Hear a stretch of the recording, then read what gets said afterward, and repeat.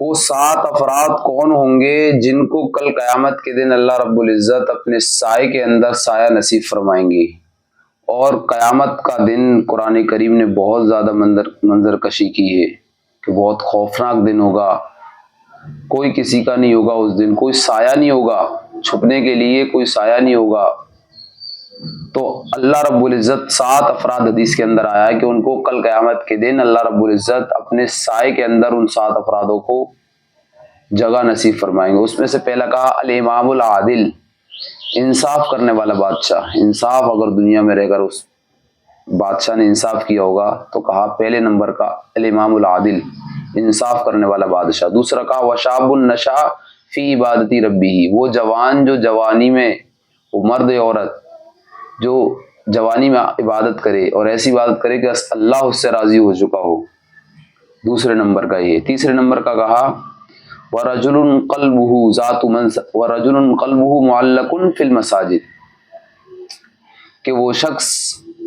جس کا دل ہمیشہ مسجد میں لٹکا رہتا ہو، جس وقت بھی فرصت ملتی ہو فوراً مسجد، نماز کا وقت ہوتا ہو فوراً مسجد، اذان سنتے ہی فوراً مسجد، اور ہمیشہ مسجد میں اس کا دل لٹکا رہتا ہو، یہ تیسرے نمبر کا۔ چوتھے نمبر کا حدیث میں کہا وَرَجُلَانِ تَحَابَّانِ فِي اللَّهِ اجْتَمَعَا عَلَيْهِ وَتَفَرَّقَا عَلَيْهِ، کہ یعنی وہ آدمی جو اللہ کے واسطے آپس میں تعلق، دو شخص ایسے جو آپس میں اللہ کے واسطے محبت کرتے ہوں، دشمنی بھی ان کی اللہ کے لیے ہو، دوستی بھی ان کے اللہ کے لیے ہو، تو وہ یہ شخص بھی کیا ہے، کل قیامت کے دن اللہ کے عرش کے سائے کے نیچے ہوگا۔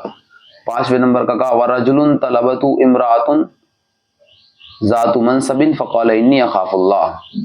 کہ وہ شخص جس کو کوئی عورت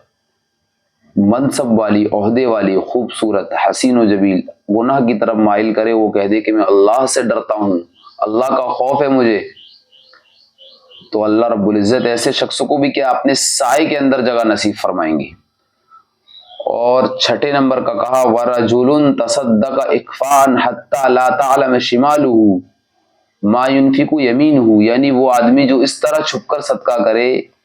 کہ دائیں ہاتھ کو بھی معلوم نہ ہو کہ بائیں ہاتھ نے کیا خرچ کرا ہے، تو اللہ رب العزت ایسے آدمی کو بھی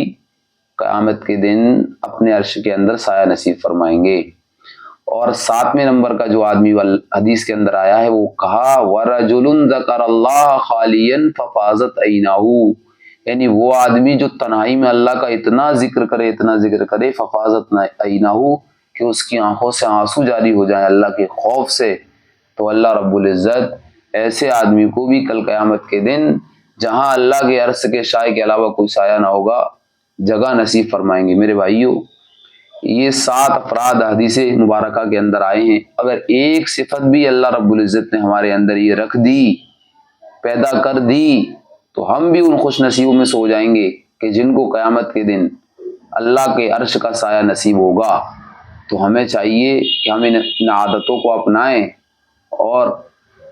اپنانے کی پوری کوشش کریں، اور کوئی گناہ ہو جائے تو اللہ سے معافی مانگ لیں۔